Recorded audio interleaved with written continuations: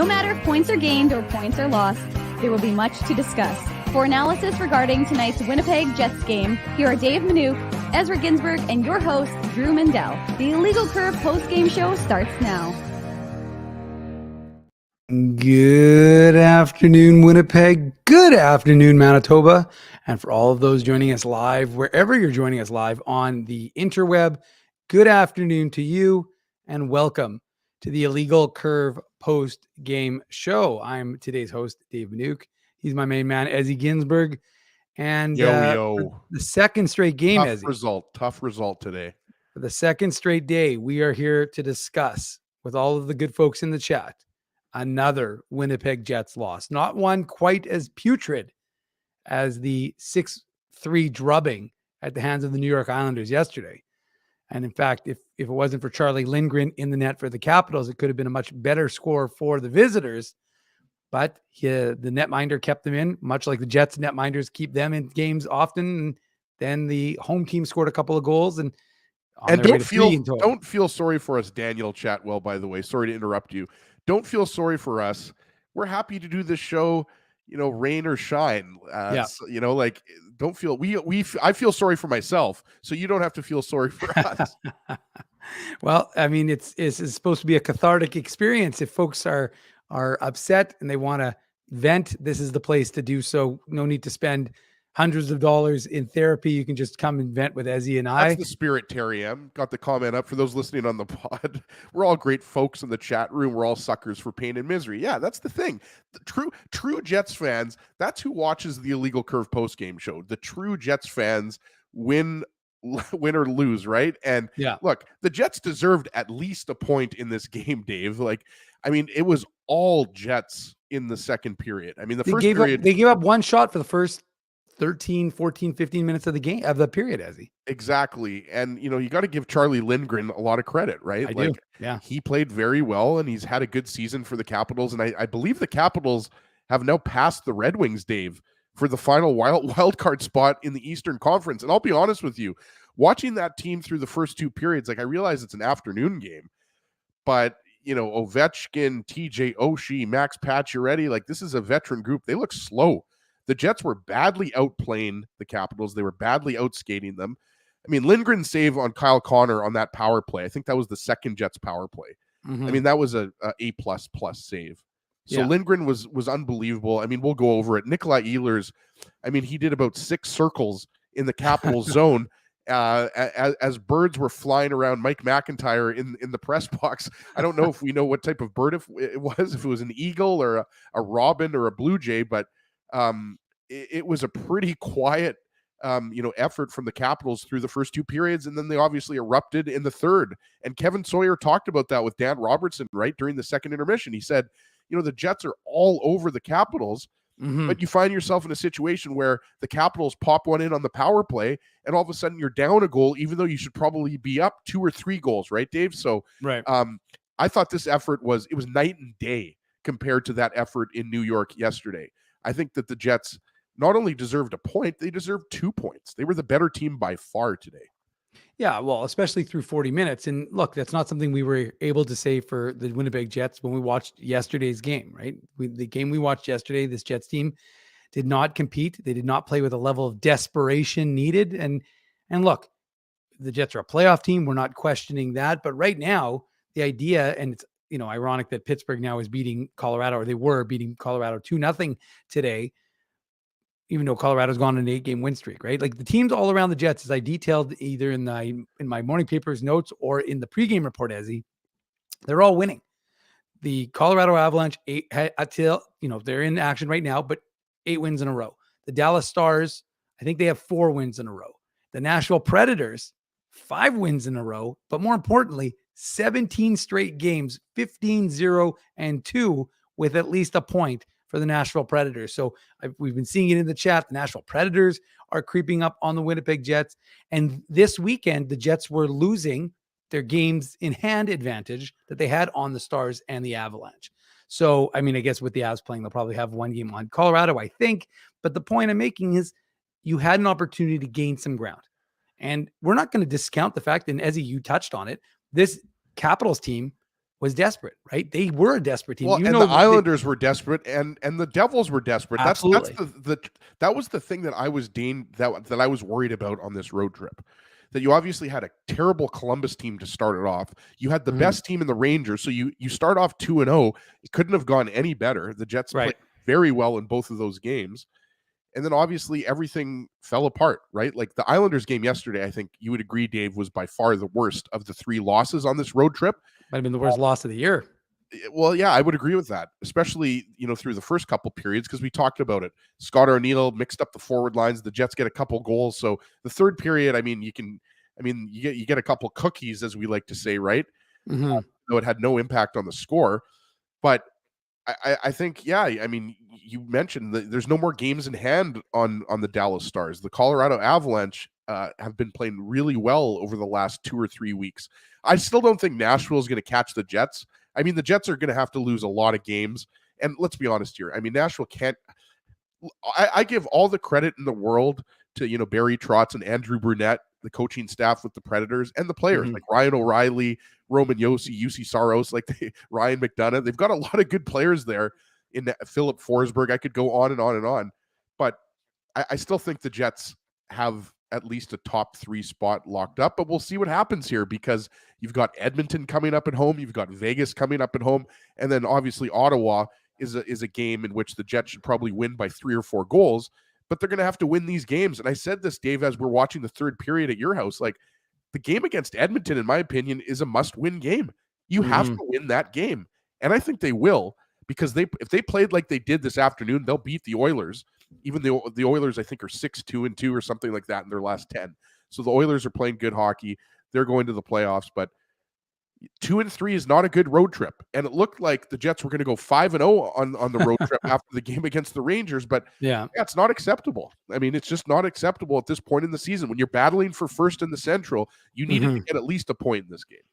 Well, and look, we wanted to see what kind of rebound this team would have after yesterday's performance, and they did. They definitely were able to assert themselves in the first and second periods, especially in that second period over the Capitals. And ultimately, at the end of the day, you credit the goaltender, because Charlie Lindgren was excellent. And like I said, when the Jets goaltenders are excellent, you give them credit. But Jason Eastwood, as he brings up a good point, I'm going to highlight it for 1 second. He says, Helly getting overplayed again when there's no need to wear him out. So let's start there in our preamble before we get into the Betway game recap, as we do here on the Illegal Curve post-game show. We thank everyone for joining us, spending your Sunday afternoon here with Ezzy and myself. But we've only got 3 goals to go over, unlike yesterday's 9. So we have a little more luxury of time in our preamble. But I guess the question I have for you is: are you surprised that the Jets went with Connor Hellebuck after the 5-goal effort yesterday? I think he played 29-11.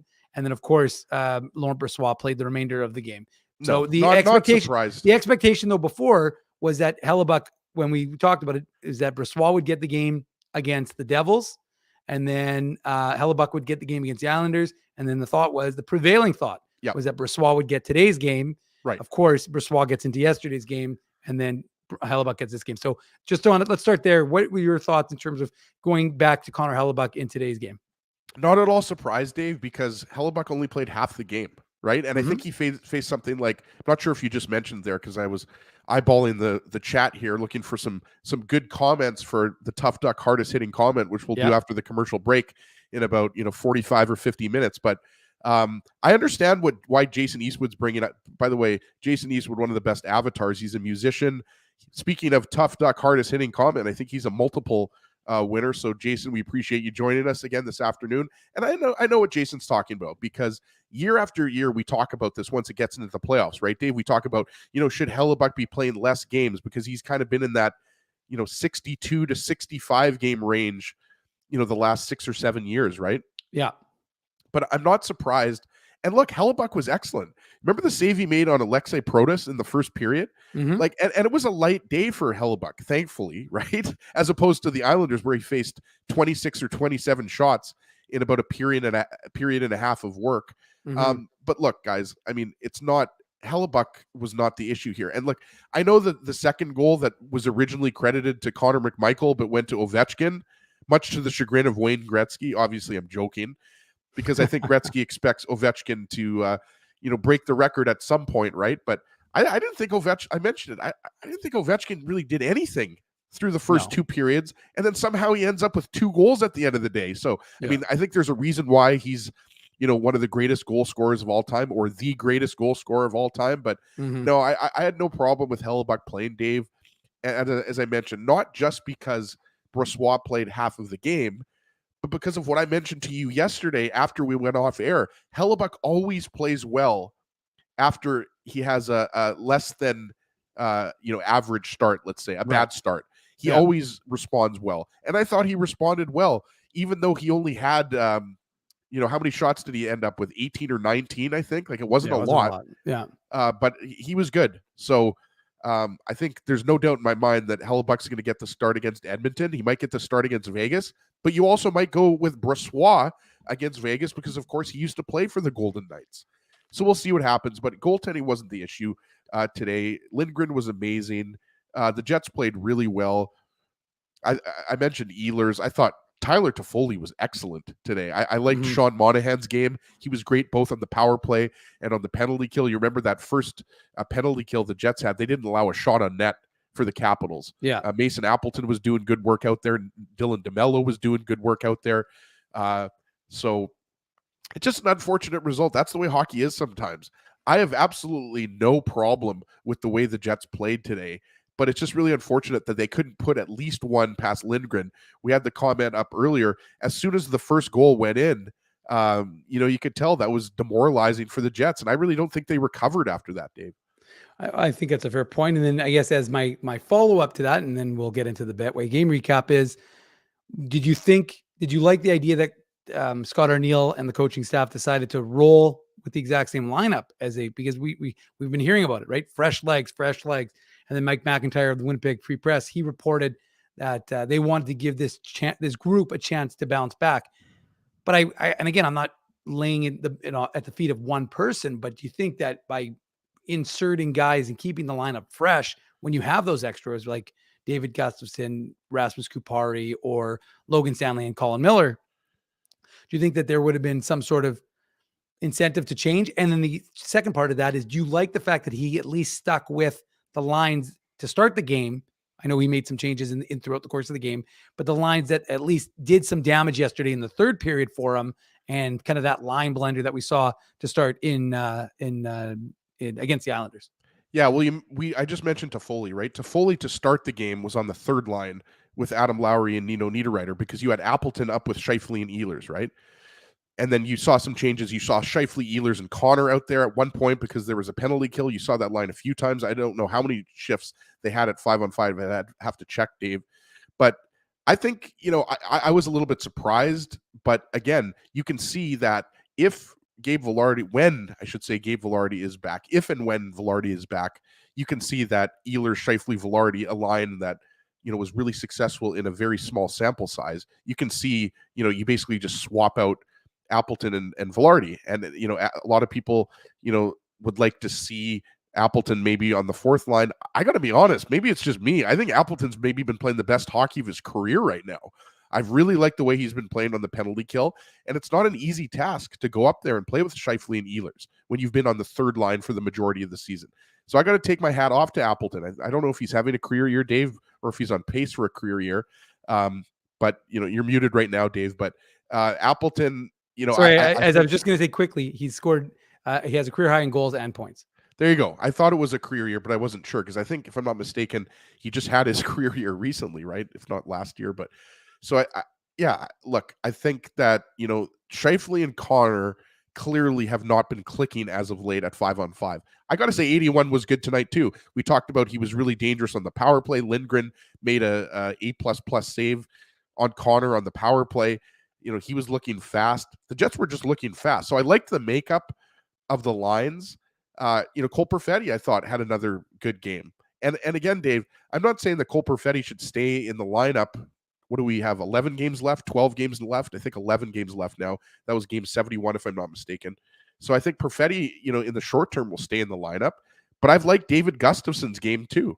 So I do think that you have something with the makeup of those lines. But as we know, Rick Bowness, once he comes back, he loves going back to Lowry, Niederreiter, and Appleton. But, I think when you have guys like Toffoli and Appleton and Nemesnikov, Nemesnikov had a little bit of a quieter game, I thought, as opposed to, especially the game against the Rangers or even, the Devils. But again, I mean, look, the results speak for themselves. The Jets dominated possession. I think the Capitals only had the puck in the Jet zone for something like a minute and a half. Kevin Sawyer mentioned on the broadcast. So the forward lines, the line combinations were fine today. I thought look, Neil Pionk is struggling. Again, he didn't have a good game against the Islanders. I'm not sure what you do with Pionk, Dave, but I don't know if he can be in the top 4 anymore. I would rather have Nate Schmidt, I think, playing with Brendan Dillon right now. And I'm being completely serious. Yeah. Well, Nate, even the person who honked you, as he said, that felt the same way. So I'm not sure if you heard that downstairs. I heard it up here, but you're in a different wing of the Maison right now. This, of course, is the East Wing. The East Wing. That's right. You're actually in the East Wing. Well done, Ez. So anyways, this is the Illegal Curve post-game show. I'm Dave Minuk. He's Ezzy Ginsburg. We appreciate each and every single one of you joining us here after the Jets and Capitals game and joining us after every single Jets game. We'll be back on Tuesday. But of course, we're not going anywhere. We still got to get into the Betway game recap. So let's get into that as we'll get that started and just wait for Joel's comment to shimmy out of here. And here we go. The Betway game recap. The Betway game recap is brought to you, no surprise, by Betway, one of the most trusted voices in sports betting, both in Canada and all around the world. Betway is the sports betting app that puts you, Ezzy, the customer, at the forefront with a large selection of betting options in sports, as well as strong promotions and fair odds. What are you waiting for? Head on over to Betway and bet your way. And as don't forget, you must be 19 years or older to play. And always, please play responsibly. Can I just mention one thing? Because you know me, Dave. If anybody's been listening to these shows this weekend, I've been talking a lot about Dylan Sandberg. I've been talking a lot about Schmitty. Who had the best even strength Corsi for expected goals on the Jets? Nate Schmidt. Number 88. Yeah. Yeah. I mean, when Nate Schmidt came out of the lineup for Colin Miller, I didn't understand it. I didn't think I understood. But I mean, again, I didn't see this happening, by the way, Dave. I thought Colin Miller was going to be playing more games. I don't know how you take Schmidt out. Like, he's been playing really well. And look, we have just been covering this team for the last 13 years. We're not paid to be on the Jets coaching staff. Rick Bowness, Scott Arniel, Lauer, Marty Johnston. These are good hockey coaches. They know a lot more than we do. Mm-hmm. But I don't think any Jets fan or any hockey observer that's been watching this team could say that Neil Pionk's been playing well. And I like Neil Pionk as a person. I like him as a player. I'm just basing this on what I'm seeing. And he is really struggling out there, in my opinion. Yeah. And that's why it's funny that there's this idea that guys are, can never have a night off. And they got maybe there's a benefit, right? You had standings points that you had a little bit of buffer as. And so at the same time, you thought to yourself, okay, well, they can at least allow these guys to heal up, rest up, keep them fresh for that stretch run. But they've chosen not to. And yeah, it just looks like there's something, bothering Neil Pionk. We thought the same thing last year, right? This has been now a couple of seasons where you're expecting him to get back. And for a while there, looked like he could be getting back to that kind of Pionkian level, but he's not there now. And that's a problem for the Jets because depth on the blue line is one of the big question marks for them heading into the playoffs, of course. And let's not say that the contract is the reason why Pionk is not coming out, because I think there's a chance that Colin Miller could come in for Pionk. I'm not saying it's going to happen, Dave, but why not we talk about load management for Connor Hellebuck. Why can't Pionk have a rest, have a game or two off? They just did that with Dylan Sandberg against, who was it against? Anaheim and Columbus. So why not give Pionk I'm not saying that Pionk shouldn't be in the top 6. That's not what I'm saying. Yeah. I'm just saying that you maybe put Colin Miller in for a game or two. Give Pionk a couple days off. He comes back refreshed and he plays better. That's all I'm saying. Yeah. And I think that it's hard to argue based on what look, Pionk and Dylan had probably their worst game as a tandem yesterday in New York, right? I mean, it's hard to argue. What were they? I mean, they were on for at least 3 or 4 of the goals against of the 6. So it wasn't, and it wasn't like they were on, but they weren't they didn't have an impact where they could have had something. They could have been preventative. They could have, and they didn't. So neither guy was particularly good. But like let's get into it, right? As the first period starts, and one of the things we wanted to see was how are the Jets going to begin this hockey game, and they began it pretty well. And then, I think they had like a 3.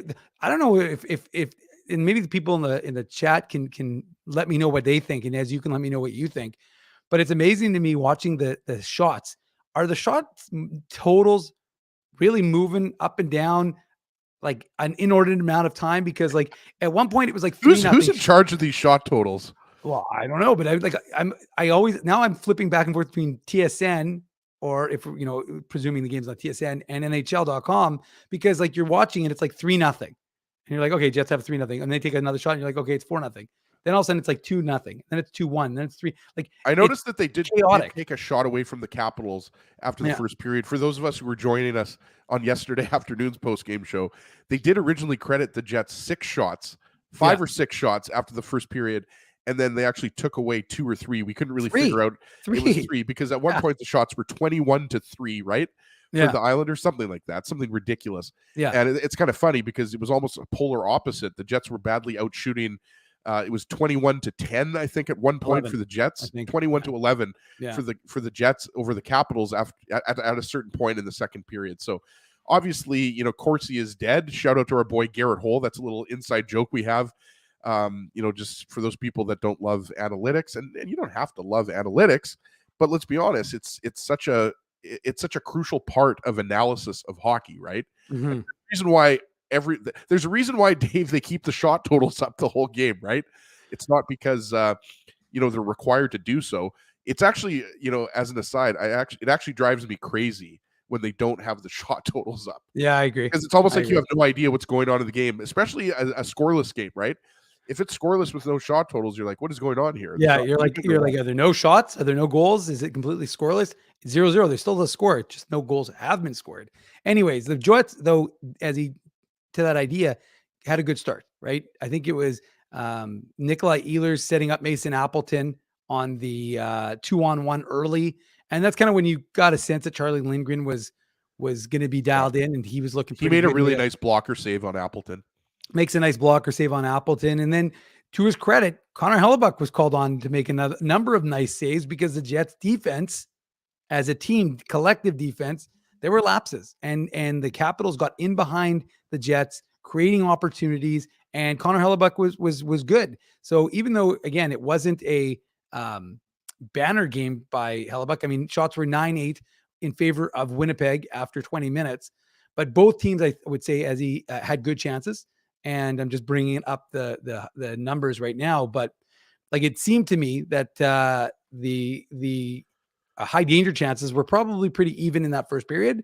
They were, because, they were the period. It was an even period. I would give the Jets a little bit of an edge. I just thought they controlled the play a little bit more.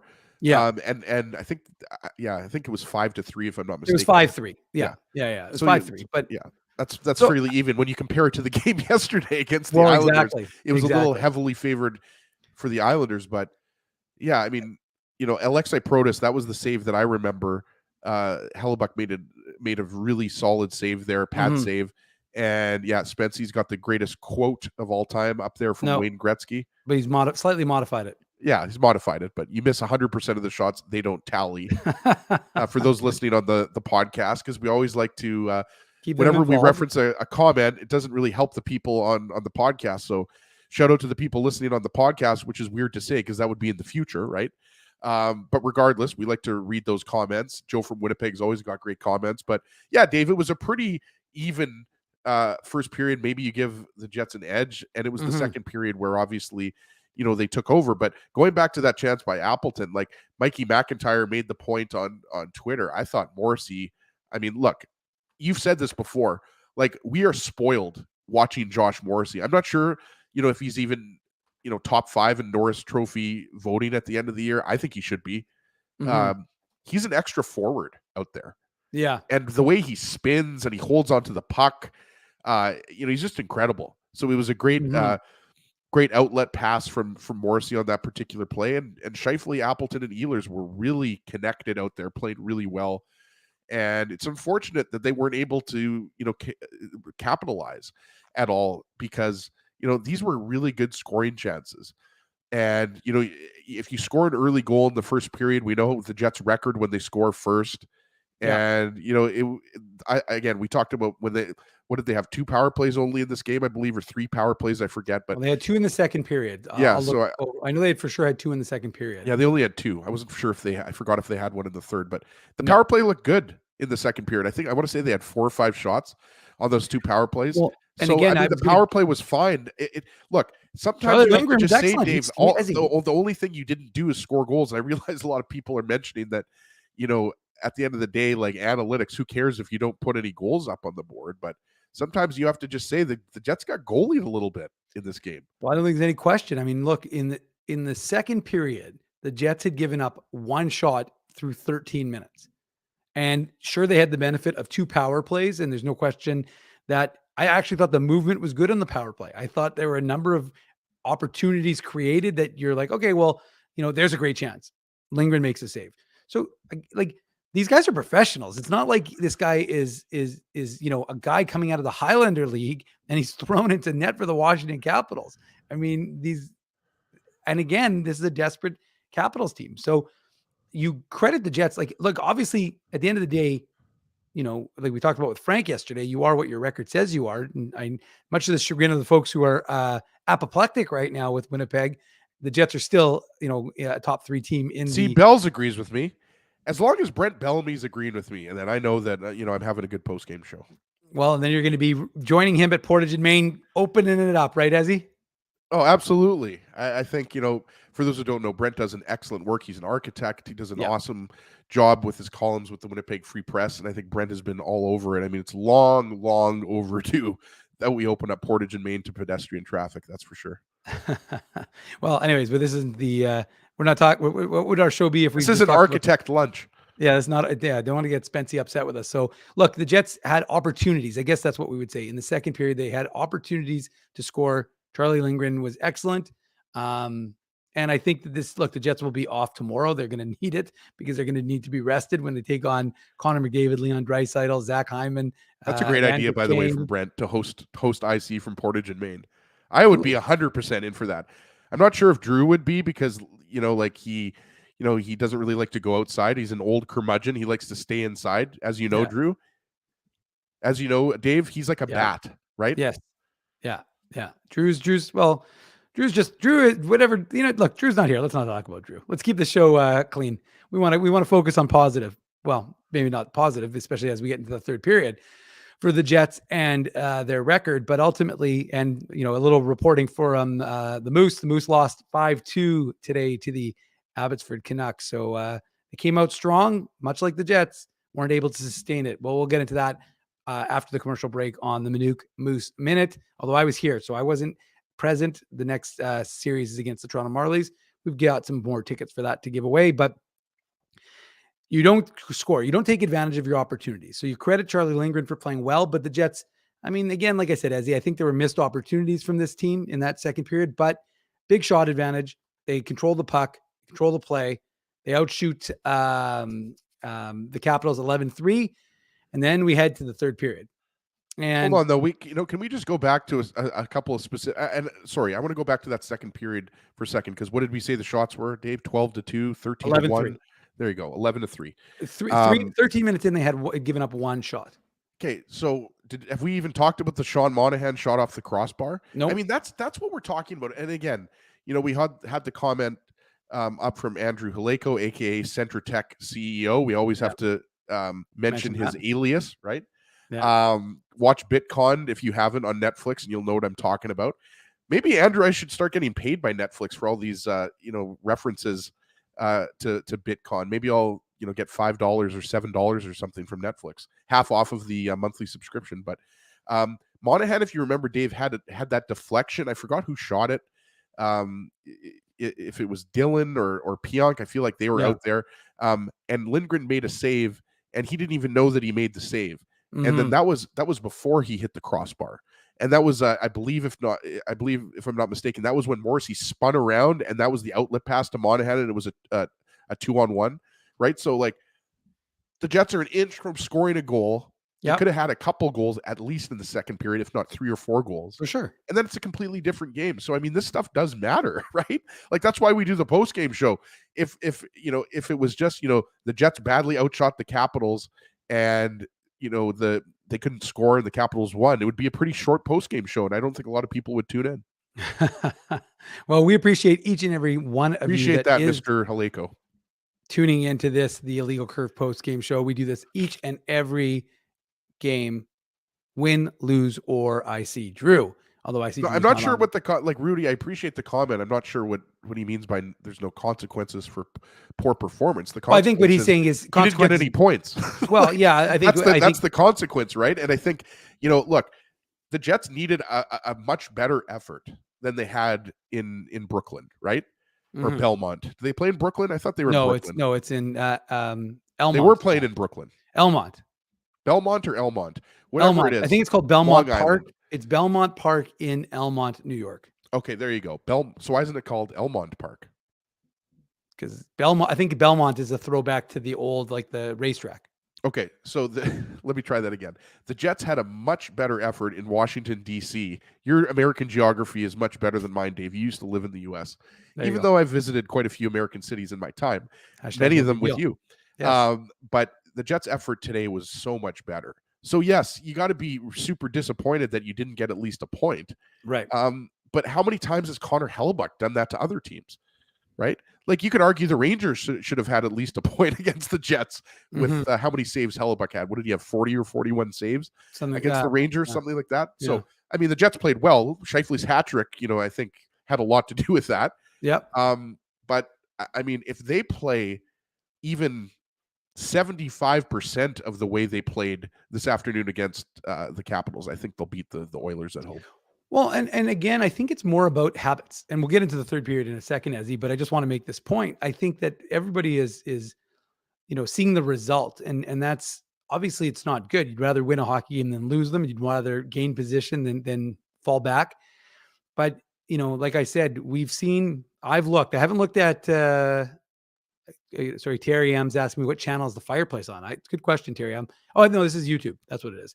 There's also an aquarium channel now on Shaw. There is, yeah. There's a fireplace channel and an aquarium. I'm on Shaw, but this is, I believe, a YouTube one. So actually, Dave, you'll like this. Naomi picked up a fish for the kids yesterday, and really? they named him Rocky. I'm not sure what type of fish it is, and I'm not sure if it's going to live longer than 3 or 4 days. Sure. Because Ruben, I think, is overfeeding it. Be careful. Yeah, we have a fifth member of the Ginsburg household. We have a little beta fish to go with the beta male in the home. There you go. Yeah, I was going to say a beta male and a beta fish. Well done, Ezzy. Although now you've completely derailed my thought. What was I just saying? Process. That's really my role on the show, Dave. So if I'm not doing that, I don't really know what I'm doing. So no, but I again, like I said, like I remember being curious about the stat. How important are the final 10 games of a team's season in order to win a Stanley Cup? And what I found was that it was actually quite interestingly all over the place. Some teams, like I remember the 2013 Kings, I think they were a little bit slow, I think, or they didn't have a great record going in their final 10. Some teams are hot. I guess what I'm saying is it didn't really seem to make much of a difference. It didn't matter if you were the hottest team or not the hottest team. Teams that won the Stanley Cup, again, it's a war you have to go through. And I shouldn't have probably used that term, but it's a battle that you have to go through each night. And, this leads up to it. And you want to see that the process, I guess, is the point I'm ultimately trying to make in a kind of roundabout way, is that the process is right and it's getting better. And look, there's a big question mark with respect to Gabriel Velarde. I suspect maybe we'll get an update on Tuesday because it's been a little while, obviously, with the Jets on the road. So maybe we'll see what happens there. But, like I said, I just wonder whether you see a little bit more from this team. And again, they're going to have to dig deep because it's a, like you said, as you don't have an easy road. You've got Edmonton, who aren't happy with their loss against the Leafs last night. You got Vegas, who hasn't been playing particularly well and knows that they need to keep winning. And the Senators, well, I mean, they're happy to kick you while you're down. If you're not doing well, you think they're not going to come in and lay down and say, sure, beat up on us. Well, you're going to have to do with Brady Tkachuk's half Manitoban, right? So you know that he wants to play well in front of the Jets crowd. Exactly. But the point I was making is that that these guys are like going to Ottawa. You're the Jets. You have to do to Ottawa what you did to Anaheim and what you did to Columbus. You have to show that you can control those types of games because, again, like I said, I would never, even though these are non-play, like think about it. Ottawa's a non-playoff team. Columbus is a non-playoff team. Anaheim's a non-playoff team. So are the three teams that the Jets just played. But do you put those in the same category? Of course not. That's why it's too simplistic to put it that way. Anyways, let's keep it rolling, Ezzy, here on this Illegal Curve post-game show. And make sure, by the way, folks, while you're watching us, smash that like button. That helps us out. That we appreciate that. So make sure you smash that like button, hit the subscribe. So with Mark Scheifele in the penalty box at the end of the second period, Ezzy, the Capitals start the third on the power play, and it is John Carlson, a guy who knows a thing or two about putting the puck in the back of the net. He gets things going. He scores courtesy of a Max Pacioretty assist, and TJ Oshie, who was being celebrated in his 1,000th or for playing his 1,000th game. Yep. They had Pride of War Road, Dave. Just down. Well, basically hop, skip, and a jump from us here in Winnipeg. And it's kind of almost like he's from Winnipeg because every guy on this team seems to wear War Road, his brand, his hockey brand. Yeah. So I mean, look, he's a beauty. I've always liked Oshie. Remember, he used to play for the St. Louis Blues. I think people forget that he used to play for the Blues because he's been on the Capitals. But you know what always stands out to me about Oshie, Dave? I think I know what you're going to say. After they won the Stanley Cup, remember what he said about his dad? Yes.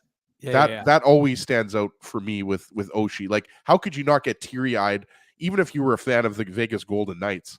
No, so that 2008, was it 2018? Yeah, it was the 2018 because that was the Jets run. Yeah. Oshie's a beauty. And who could forget all those shootout goals, right? Well, for sure. And he went to UND, did he not? I think yes. He was the UND guy. So I mean, our boy Brad Schlossman would know. But look, on this instance, Ezzy, in this power PK, the Jets have opportunity to clear it. They don't, and then they're kind of dancing around, and nobody is really like clogging a zone or clogging a lane, I should say. And ultimately, the puck gets back to John Carlson, and he blasts it home. But I don't know. Like I said, it's failed opportunities, right? So you now down 1-0. The Capitals, who really haven't been in the hockey game for 40 minutes, are suddenly, in the lead. And it's a power play goal, but it's still tough for the Jets, for their psyche based on how they've played the last few games to find themselves down 1-0. Yeah, and you mentioned Sean Monahan's the center, obviously, who's penalty killing. I thought Monahan was great, even though the Capitals score on this power play. The first power play I mentioned, he did incredible work. I'm pretty sure he was out there to start, and was it not Monahan and Appleton, if I'm not mistaken? Yeah. And they killed the first 30 or 40 seconds of that first Capitals penalty. And so Oshie's there in the bumper spot. And Dylan Sandberg and Neil Pionk are the speaking of Minnesota, are the two defensemen back for the Jets. And they kind of just, they bobble the puck a little bit. But Oshie makes a really smart between the legs pass to Pacioretty, who's at the face-off circle, and then Pacioretty gets it back to Carlson for the blast. Look, that was such a demoralizing goal. We already talked about it. When you're badly outplaying a team like the Jets did in the second period, but then you take that penalty, and I realized Kevin Sawyer was talking about the penalty to Scheifele, and it was a little bit of a weak call. But I mean, what difference does it make? If we analyze that now, right, Dave? The game's over. Scheifele took the penalty, and you could see Scheifele was frustrated. It was a slashing penalty on Abe Kubel. Sure, I would agree with Kevin Sawyer, by the way. I didn't think it was on the weaker side of a penalty call, but there weren't a lot of penalties called in this game, right? No. And the Jets did kill off the first one, as we talked about. But yeah, I mean, this is just kind of the Jets not really, controlling the puck, getting a hold of it, and then Oshie just making a short area little pass to Pacioretty, and then Carlson having the blast. As you mentioned, Carlson's been doing this a long time in the NHL. But again, I mean, it's just unfortunate that the Jets couldn't get one past Lindgren in the second period, and then they find themselves down 1-0 early in the third. And it was not just going to be 1-0 early in the third. It was going to be 2-0. Alex Ovechkin, you've heard of him once or twice before. He knows how to score a goal or two or 800. But Alex Ovechkin's chase for Wayne Gretzky continues. And let's be real, as about one thing. He loves playing the Atlanta Thrashers / Winnipeg Jets organization. The Jets fans will remember when they first came into the league, being part of the Southeast Division and the Capitals seemingly crushing the Jets, especially wasn't it? Remember those 6 o'clock starts, Dave, back in 2011, 2012, 2013? Remember we used to have to go directly from work. Yeah. And then the game, it's like we showed up, we got there at like 5:30, 5:40, and then the game started. I definitely don't miss that. I much prefer the 7 o'clock starts. Yes, absolutely. And folks will remember that kind of strange it was a home where both games were in Winnipeg. You remember that, they played I think it was 2012 where they played the Capitals on a Wednesday and then again on a Friday. And if they would have won those games, they probably would have made the playoffs. Instead, they fall short. But that was the Alex Ovechkin Capitals. And they were doing them to the Jets for the whole time that they were in that Southeast Division. But sorry to pivot here, Dave, sure. and I'll go back to you, but I'm not sure if you're keeping an eye on this Pittsburgh-Colorado game. Pittsburgh was up 4-0 on Colorado. It's 4-3 now in the third period. How much time is left? I saw the chat. Lots of time left. There's 15 minutes left in the third. Well, that's going to be a 7-4 final for the Avalanche as they win most likely their 9th game of the season. But look, it's an unfortunate set of circumstances here for the Jets because you've just given up the first goal. Now it's a power play goal. So it's not great, but it's not the end of the world, not a 5-on-5 goal. But here's one where, you're in your zone, you're taking the face off, and you've got essentially like Nate Schmidt and Dylan Sandberg both go to Oshie. Yeah. And so they've got two guys there, which leaves Alex Ovechkin wide open. And to me, like it's a miscommunication on your defense because both guys are taking one, which doing the math, if two take one, that leaves one free, and that one happens to be Alex Ovechkin. So he and McMichael take the shot, but Alex Ovechkin ultimately gets credit for it. But that was, again, it was just a mistake, a defensive mistake by the Jets to leave that guy Alex Ovechkin open, and it ends up in the back of the net. Yeah, we were talking about this after the goal was scored. It was a weird goal in the sense that it's right off of a face-off, and Connor McMichael goes to shoot it, but then Alex Ovechkin, it was almost like a minor hockey league goal when you have, 2 or 3 players all trying to shoot the puck at the same time, right? But yeah, I mean, I agree with you. That was not good defending by Sandberg and Schmidt because nobody was where the puck was, right?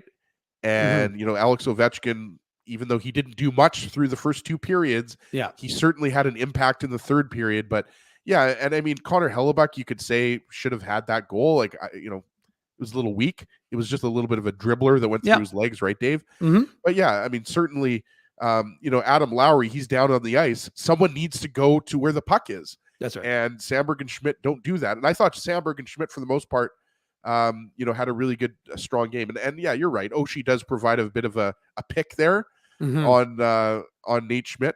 But, just again, you're down 2-0 in a game in which you've controlled the play for most of it. And I hate to be that guy, but look, Dave, at least I'm consistent. When the Jets win games, when they don't play really well, I'm all about kind of the yin and the yang. You know what I mean? Okay. Like hockey, there's a lot of luck in hockey. People don't want to admit it, but there is a lot of luck in hockey. Mm-hmm. And I think that's why, advanced stats don't tell you what the score of the game is, right? It tells you who should win the game. We always talk about expected goals, right? Well, the expected goals were heavily in the Jets' favor in this game, and they didn't get any. So, yes, you're right. I mean, just not good defensive coverage off of a face-off lost by Adam Lowry to Connor McMichael. And unfortunately, Connor Hellebuck can't come up with the save, and the Jets are down 2-0. And, essentially the game is done at that point because Lindgren was not letting any goals in today, apparently. No, he wasn't. And look, again, it's a breakdown of a lot of guys, right? Like Lowry goes down, tries to take out McMichael, but McMichael goes forward. So Lowry's out of the play. Niederreiter takes himself out. So a lot of guys didn't do the right thing in that instance, right? And including Connor Hellebuck. And yeah, you definitely think you're hoping he can, if you're a Jets fan, squeeze the door shut on that and keep them in like he's done so much for them. But he's unable to do so. And now it's 2-0. And look, 2-0 early in the third period. You're thinking, all right, the Jets have played pretty well this game. Is there a chance they're going to come back? Well, once with 8 minutes to go, Alex Ovechkin scored his second of the game, 26th of the season, assist to Dylan Strome and TJ Oshie. Well, at that point, it was, I felt at 2-0, it was most likely, but not 100%. 3-0 is, may as well go to runtime. It was over, Ezzy. And so Alex Ovechkin gets his third. And I guess this is one of those plays again. I think it was against the Lowry line. Hold on a second, Dave. Hold on. I got you here. The Seagram shot of the game. Thank you. We have no Jets goals to give the Seagram shot of the game to, so we might as well give it to Ovechkin as he inches closer to Gretzky's goal scoring record. Well, we could have given it to a couple of the Moose. The Moose, Nikita Chibrikov scored. Who else scored for the Moose? Who got the other goal, Ezzy? I have no idea. I wasn't following the Moose game. I'm blanking. Nikita Chibrikov scored, and Brad Lambert, Axel Janssen-Fjällby. Axel Janssen-Fjällby. Axel Janssen-Fjällby. There you go. So it could have given it to one of them, but although Axel Janssen-Fjällby's goal wasn't great, but ultimately, hey, we're talking about the Jets. We'll get into the Moose after this, after the commercial break. But look, this is another example of kind of sloppy defense from the Jets because, like I said, you're not out of this game by any stretch of the imagination, but a good transition from the Capitals, right? Lowry and Niederreiter are coming off, so it's not the best line change. And then they get Alex. By the way, you let Alex Ovechkin get in behind him, the defense, and Dylan Sandberg and Nate Schmidt are caught going one way, and they pass it across to the other side. And Alex Ovechkin makes no mistake. So suddenly now the Jets overcommit to the right, leaves the left open, and Alex Ovechkin deposits it in behind Connor Hellebuck. Guess what? 3-0, and this one's over. Yeah, as I mentioned, I kind of thought the game was over after the 2-0 goal. But the thing is, with the way the Jets were playing, Dave, 2 goals, you're thinking, they could come back and tie this and possibly win it. They're not going to do that down 3 goals. And, no, this was actually, a much nicer goal from Ovechkin. This is what you kind of are used to seeing, speed burst, comes in, puts a nice little deke on Hellebuck. But you're absolutely right, Dave. You said overcommitted. And I just thought, it wasn't a really good line change, like you said. Yeah. And, Ovechkin comes in uncontested, and Sandberg's just too late there. It's the way Sandberg has to come back there.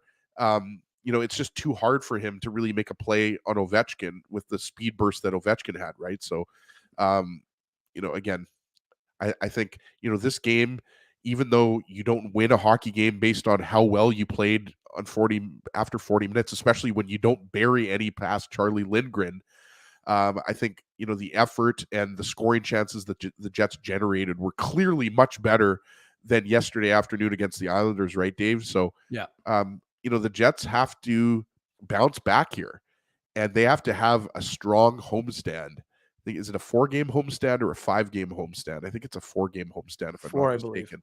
But you have to beat the Oilers starting off that homestand.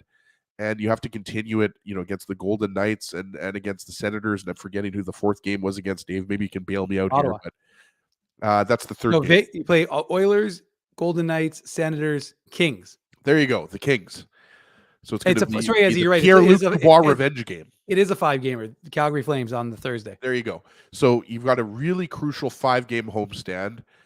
Here, let me check if the Avalanche have tied it up here. I don't think they have. Someone will say in the chat. Hold on. Loading here, Dave. Buffering, loading. The internet's a little bit slow here in River Heights. I can't see if the Avalanche have scored. Hold on. It's whatever. It's 4-3, I think, for Pittsburgh. But the point is that the Avalanche are streaking right now. Yeah, they like I said earlier in the show during our preamble, 8 wins in a row for Colorado, 4 wins in a row for Dallas, and 5 wins in a row for Nashville. Jets, unfortunately for them, 3 losses in a row. So an inopportune time for the NHL club of Winnipeg to be on a losing skid. We'll see if they can turn things around, as he said, on this 5-game homestand. Well, that concludes the Betway game recap. The Betway game recap is brought to you, not surprisingly, by Betway. It's simple, fun, and safe to bet with Betway, so head on over to Betway and bet your way. Must be 19 years or older to play. And always, please play responsibly. Big thanks to JC, who told us there's 11:57 left. 4-3 is the score for the Avs. The Pens could really help out the Jets here, Dave. They could really help out the Jets. I'm sure that's what they're thinking about. And I know what all you're thinking about is let's see some of those IC commercials. And then when we come back, We'll get quick one to Dallas. Dallas is asking if we've got another Jets game left this season at BP, our sponsors at Boston Pizza. Not during the regular season, Dallas, but our expectation is the first away Jets playoff game will be a BP game. So once we know that date, which won't be for a while, we'll let all of you know, of course. And reminder, if you want IC merch, about a week to go before you can, you have to order that. So go on illegalcurve.com. There's the merch button. And I'm going to tie this in, Ezzy, to Tough Duck, because Louis, who I inappropriately called Lewis, emailed our merch guy thinking that he had to email the merch guy because he won the Tough Duck hardest hitting comment. No. And he emailed our merch guy. So I'm going to send you. No, Louis, I'm the Tough Duck guy. You email me, I hook you up with the Tough Duck merch. Well, I mean, I don't blame him. He wanted an IC too. That was a well played move by Louis. But you're going to win a Tough Duck toque from our friends at Tough Duck.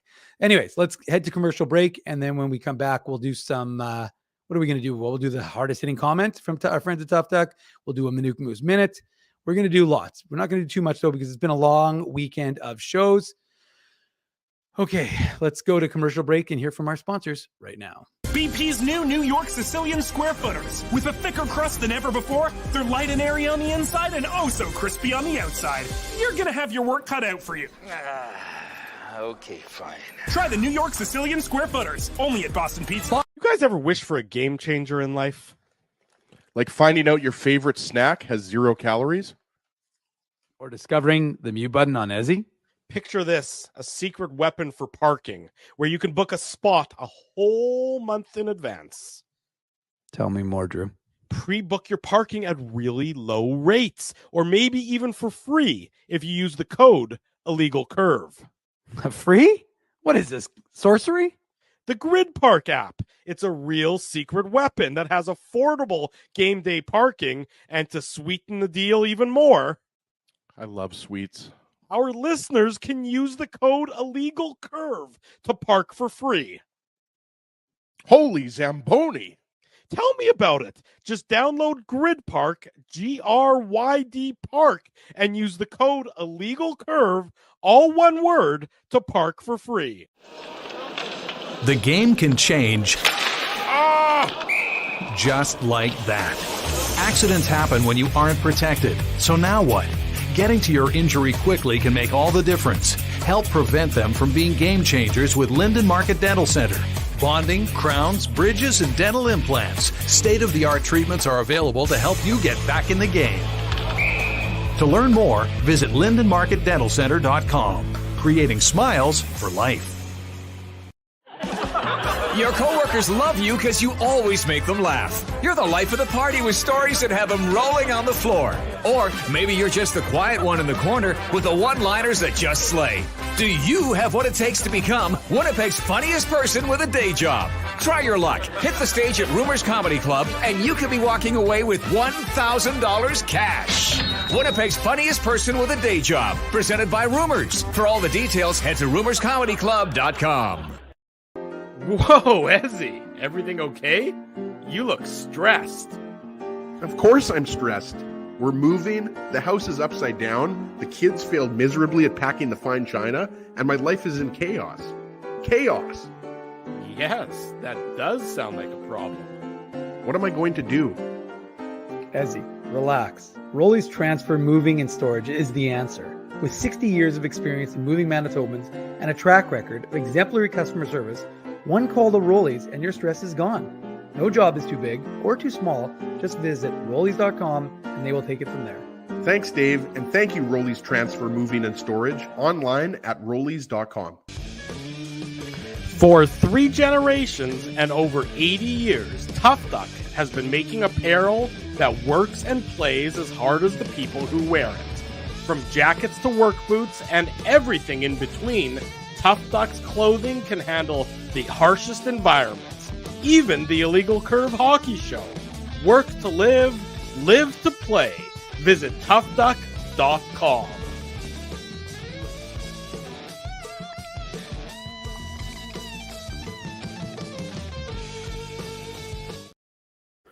Welcome back. to the Illegal Curve post-game show. I'm Dave Manouk. He's Ezzy Ginsburg. We're here chatting with you following the Jets and Capitals game, resulting in a 3-0 loss for Winnipeg to Washington to conclude their 2-game season set. Of course, reminder, we do this after every single Jets game. We'll be doing this during the playoffs. Of course, the Moose also will be doing, we won't be doing post-game playoffs. shows, but we'll be doing shows nonetheless, and we'll of course have EP Taylor, we're going to be back. Hopefully it's going to be game 3. If you missed it, we're going to be doing the first away game. So it could be game 1, but we're hoping it's going to be game 3. So we'll be at BP Taylor for the playoffs, and we're expecting everybody to be wearing white, right, Dave? That's exactly the case, Ezzy. That is exactly the case. So reminder, if you aren't already, make sure you are subscribing to our channel. Obviously, always go to illegalcurve.com for all the latest Winnipeg Jets and Manitoba Moose news. And make sure you drop a comment, drop a like, do whatever you got to do. And like I always ask, if you can, we appreciate it. Throw a comment on the podcast. You know, someone recently said they like our show, don't like some of Drew's political takes. And trust me, neither do I. But regardless, do we have political takes? I don't think I have none. I keep myself, I keep the show strictly about hockey. Talking about hockey here. There's no politics in hockey. That's exactly it. Or I should say there shouldn't be any politics in hockey. Well, I agree with you. So that's why we're all about just having a good time, right? Be fair to each other, treat each other well. And except for get Drew. A tough duck hardest hitting comment, Duke. Except for Drew, as we treat Drew poorly, but that's kind of our thing. That's what we do here on Illegal Curve. Speaking of tough duck and hardest hitting comments, do you have one for me? And if I sure do. All right, well, let's cue that up. Let's get that ready because people want to know. It's still cold out in Winnipeg. I think it said it felt like minus 17 today. So we got to have someone win one of these. The tough duck hardest hitting comment.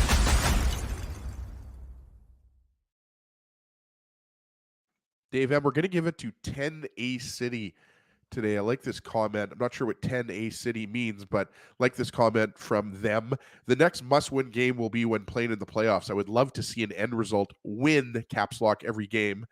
But the reality of now is it does not matter, nor does it matter where they finish. You know what? I look, everybody agrees it's preferable for the Jets to finish first in the Central so they avoid playing Dallas or Colorado in the first round. But at the end of the day, just get in. And, you know, whether it's second in the division, first or third in the division, I don't believe Nashville is going to usurp the Winnipeg Jets for third place in the Central Division. But if they keep winning and the Jets keep losing, it could happen. But I do think the Jets are going to beat the Oilers on Tuesday night at home, Dave. I'm not going to give it the Ginsburg guarantee, but 10A City, I like it. I mean, that it's kind of like he's being brutally honest here. As we know, every single year, the regular season, once the playoffs start, means nothing. So I just like that comment from 10A City. It wasn't necessarily to do with this game specifically, but I think what 10A City is trying to say is, you know, don't get too concerned with these 3 losses by the Jets because we know that they're going to make the playoffs. They haven't clinched yet, but they're going to clinch in the next couple of weeks. So 10A City, send me an email, Ezra, EZRA, at illegalcurve.com. Not sure why I spelled my name. I think most people know how to spell my name, but no, because some people call you Izzy. Yeah, that's true. So you can slide into my DMs on X as well at ICSEG. Send me your mailing info, and Tough Duck will ship out a toque to you. Owen is Owen. Won a toque yesterday, so we're going to ship out a toque to Owen. Louis, we got to give Louis. Louis Batista is going to get his toque. Although tell Louis right now, Ezzy, although I haven't seen Louis in today's chat, but Louis, just so you know, you got to email Ezzy. Yeah, he just gave you the info. And or as Rob Mahoney saying, Izzy Ginsburg. But if you email Ezzy, send him your address, and then that way Ezzy can get your info to Tough Duck, and then get yourself a Tough Duck too. Absolutely, and we're gonna switch to trucker hats like we did last year. Once the playoffs start, it's trucker hat season. That's what we do. Tough Duck is a very gracious sponsor, and they're going to provide us with trucker hats. For the Tough Duck hardest hitting comment once the playoffs start. Spency is he could call me Izzy or Dizzy. We have 10 trucker hats ready to go for Spencer. There we go. That's exciting stuff. And I was just going to say, you know, we're like the pragmatic hockey show. You know, the idea is, or the measured hockey show. This is not a hyperbolic, except for if Mindell gets going, then there's a little hyperbole. But the fact is, especially when he's hoisting the petard. Exactly. Or when he's hoisted by his own petard. But the point I'm making is that I think we said this when the Jets beat the Rangers and when the Jets have beaten some other teams, you don't get too high. And then when they lose, you don't get too low. And the truth is somewhere in between. And so this Jets team is somewhere in between. Right now, they're on a bit of a losing streak. One team that's in and out of streaks right now, Ezzy, is the AHL club of Manitoba, because they've won one, lost one, won one, lost one on this current 6-game homestand through 4 games, which means, what am I queuing up? Waiting for it. The Manuka Waiting. minute. Waiting. Put on your antlers. It's time for the Minuk Moose Minute on the Illegal Curve Hockey Show.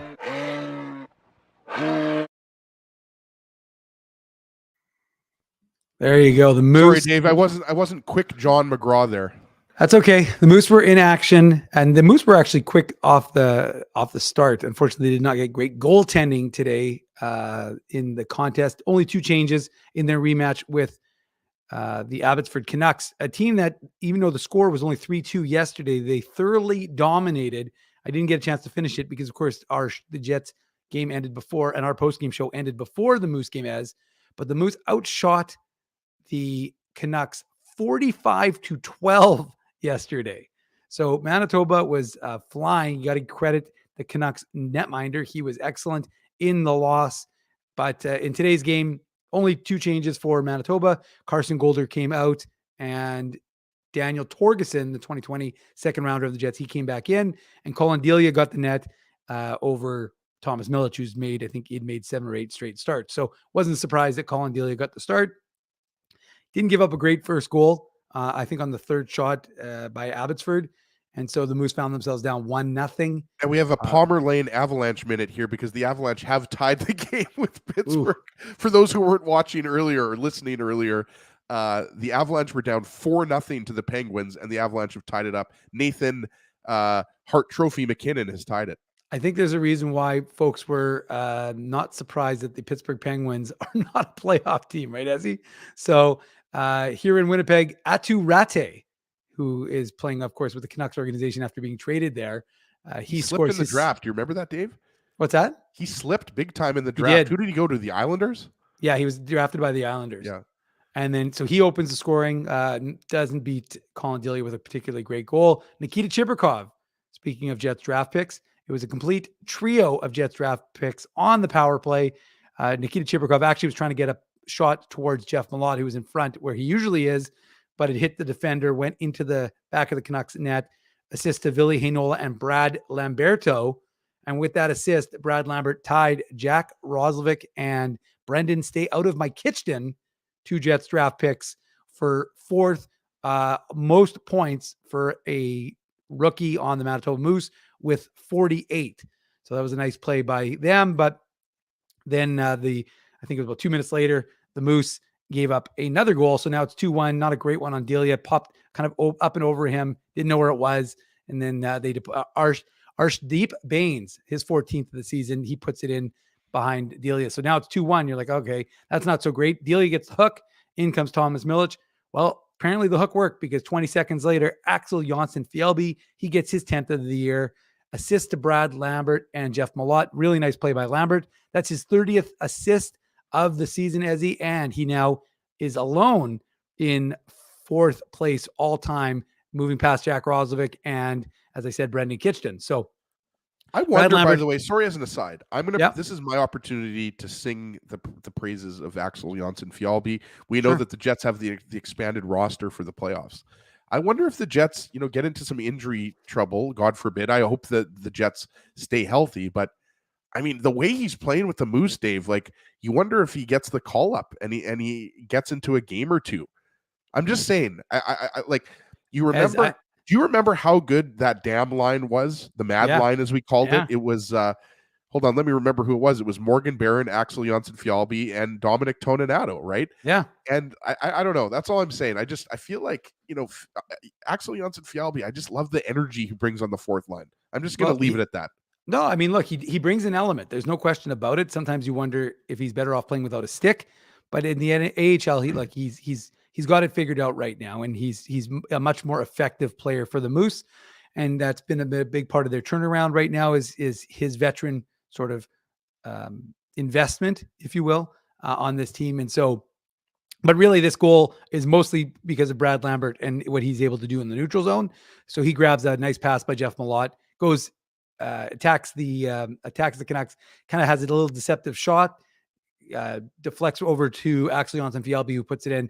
And like I said, as the 30th assist for Brad Lambert, he's got 19 goals, 30 assists, 49 points. So he moved ahead of Brendan Kitchen and Jack Roslovic for 4th all time. And he moves to 6 on the all-time points assist list for the Manitoba Moose rookies. So here's some trivia for the folks. There's 5 guys ahead of him, all Jets draft picks. Who are the 5? Sorry, what was the question? I was posting comments here, Dave. That's okay. The question is, so Brad Lambert, the 2022 first rounder, has 30 assists right now in 55 games for the Manitoba Moose. He's also got 19 goals. So with that 30 assists, he's in 6th place. Who are the 5 all Jets draft picks? But these are 5 Moose rookies. So in theory, sometimes they don't. Is the question which rookies have had more assists than Brad Lambert? Is that the question? That's the question. So you mentioned Jack Roslovic earlier. Yep. Right, and Kyle Connor. Nope, not Connor. Mason Appleton. Mason Appleton. Is it all forwards or is it defensemen too? Defensemen too. 2 defensemen. Would it be Josh Morrissey? Nope. Sammy Niku? Sammy Niku. I'm not doing bad here. Oh, you're doing good. I mean, I'm also getting some wrong. That's fine. Wrong answers here too, but I think I only have 1 left, right? Yeah. Or do I have 2 left? You got 2 left. Ooh. All Jets draft picks. Who am one I of them missing here? One of them I did just mention. That Lambert went ahead. I'll give you a clue. Lambert went ahead of this player. I said that he went ahead of this player for I said stay out of my. Oh, Brendan Kitchen, former St. John's Ice Cap, Dave. I like it. So yeah, Brendan Kitchen, Roslovic, Kitchen, Mason Appleton, and Sammy Niku. But you got one Sammy more. Niku. Oh, one more. No, all first round draft picks. Who am I? No, I never said first round because Niku was a. Oh, sure. But I said Sammy Niku. So isn't that 5? No, you said Appleton, Niku, Roslovic, and Kitchen. That's 4. Who am I missing? I feel like I'm missing somebody pretty obvious here. No, it's I see. I don't think of him as like a offensive guru, but he I guess in his rookie season, 13-14, he was drafted in the 3rd round in the 13 season. I'm drawing a blank here. 2013. JC Lapon. Oh, I was not getting that. Whoa. JC Lapon. You win, Dave. There's a reason why you're the Moose Insider. You could have given me another 10 minutes. I was not coming up with JC. I remember JC Lapon. He was tough. He used to fight. Really tough. He wasn't the biggest guy, but he was scrappy for sure. Good dude from Saskatchewan. Saw him. He went overseas. He's playing in Europe, but I remember seeing him when he came back. He was visiting the team. Nice guy. Anyways, yeah. So that's a little trivia, a little fun Moose trivia here to close out the show. Well, as 3 shows in 2 days, it's been a lot. But hey, you know what? This is what we do. I'm going to bed when I get home, by the way. I think people have seen you need some hydration. You need some water. I got to pass those stones. I got to, get better here. Maybe pop a couple more Dayquil. And then we have a big post-game show coming up Tuesday night, Dave. There you go. So that's what you folks have to look forward to. Of course, between now and Tuesday night, head on over to our YouTube channel. If you didn't catch the whole thing live, you can watch the replay, of course, immediately. I will have this podcast available for download shortly thereafter, once I hit the end live on this show. And of course, for the next few days before there's a Jets game, we'll have all the latest Jets and Moose news on a little site called illegalcurve.com. I've really enjoyed Drew's contributions on the post-game shows this weekend. I got to say, absolutely. I think Drew's been fantastic. I think he's going to be This is some of his best work of the year. I think he's going to be really good next week when he's also not on the show. But hey, Rob Mahoney had a funny comment earlier. What are the top 10 reasons why you dislike Drew? I think, Rob, you got to make that like a top 50 or maybe even top 100 list. Anyways, thanks all of you for joining us. Once again, let's get Frosty. I almost ended the show before we gave a thanks to all of our sponsors. So if Frosty can put that up in the chat, we'll see if he can. If not, I can do it. I don't really need that. I just like it when Frosty does it. But look, big thank you to all of the sponsors of Illegal Curve who make the post-game show, the Saturday show, and the website, illegalcurve.com, a possibility. And they are, in no particular order, Rumors Restaurant and Comedy Club, Grid Park. Use code Illegal Curve to park for free. And reminder, starting in our social media, probably Instagram, we're going to be giving away free parking for the remaining Jets home games. So if you want to win free parking to the Oilers game, courtesy of our friends at Grid Park, make sure you're paying attention to our social media. Make sure you're follow us, follow Grid Park, and we'll maybe hook up one of you with free parking for the game on Tuesday and the game on Thursday and the game on Saturday. Linden Market Dental Center, Zappia Group Realty, Betway, Tough Duck, Boston Pizza, Seagram's, Rolly's Transfer, and Farmery Beer. Support these fine businesses because of their continued support of Illegal Curve Hockey. All right, for Ezra Ginsburg, I'm Dave Minuk. This has been the Illegal Curve postgame show. Oh, hold on, Frosty, better late than never, Frosty. There we go. We appreciate it. Thank you, Charlie Horse, for saying we kicked butt this weekend. We hope everyone enjoyed being with us, and we always appreciate your willingness to spend some time with us here on our various shows on the Illegal Curve channel. So enjoy the rest of your Sunday, the rest of your weekend. Tomorrow's the day off for the Jets and the Moose, but we'll still have content, like I said, on illegalcurve.com. And then we will see all of you after the game around 9:40 p.m. Tuesday night, Jets and Oilers. We'll see you then.